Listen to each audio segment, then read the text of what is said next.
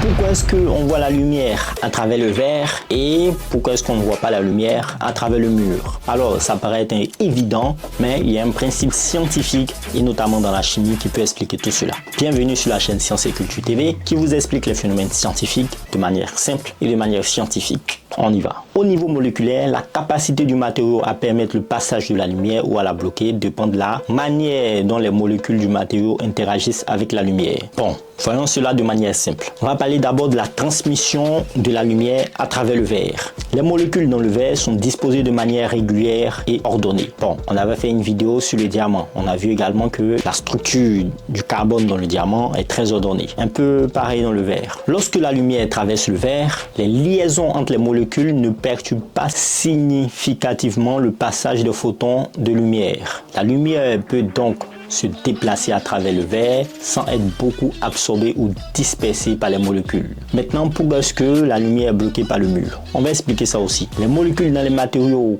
constituant le mur sont souvent plus désordonnées et moins régulières que celles du verre. C'est un peu comme le charbon. On a vu que la structure du carbone dans le charbon est désordonnée. Lorsque la lumière frappe le mur, les liaisons entre les atomes absorbent et dispersent l'énergie lumineuse. Les molécules de mur peuvent convertir une partie de cette énergie lumineuse en énergie thermique, donc en chaleur, plutôt que de la laisser là traverser. En résumé, la capacité d'un matériau à permettre la transmission de la lumière ou à la bloquer au niveau moléculaire dépend de la structure et de l'ordre des molécules. Un matériau avec une structure moléculaire régulière, comme le verre, permet à la lumière de passer plus librement, tandis qu'un matériau avec une structure moléculaire plus désordonnée, comme un mur, absorbe et disperse la lumière, la rendant opaque. Donc, c'est mieux d'être ordonné, comme ça on laisse passer la lumière, tandis que quand on n'est pas ordonné, on bloque la lumière. Écoutez, soyons ordonnés alors. Portez-vous bien. Au revoir.